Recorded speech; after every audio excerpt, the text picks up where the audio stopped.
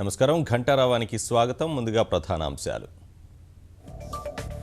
రాష్ట్రానికి 791 కోట్ల రూపాయల కరువు సాయం. ఉమ్మడి రాష్ట్రంలోనూ అంత మొత్తం ఇవ్వలేదన్న కేంద్రం.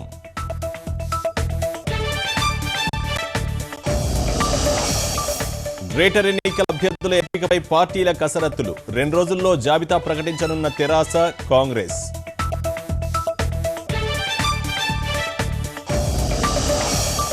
తెరాసకు తప్ప మరో పార్టీకి ఓటేసే పరిస్థితి లేదన్న కేటీఆర్. 50 ఏళ్లలో చేయని అభివృద్ధిని చేసి చూపిస్తామని హామీ.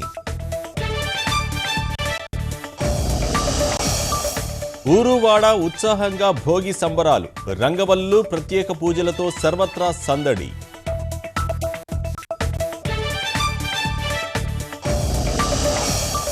ఘనంగా ప్రారంభమైన అంతర్జాతీయ పతంగుల పండుగ. వినూత్న ఆకారాల్లో ఆకట్టుకుంటున్న గాలిపటాలు.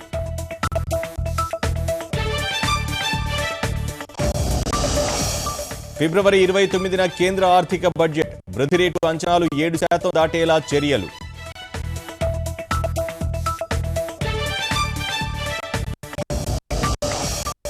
పఠాన్కోట్ దాడి నేపథ్యంలో భారత్ పాక్ చర్చలు వాయిదా. మసూద్ అజర్ అరెస్టుపై స్పష్టత లేకపోవడమే కారణం.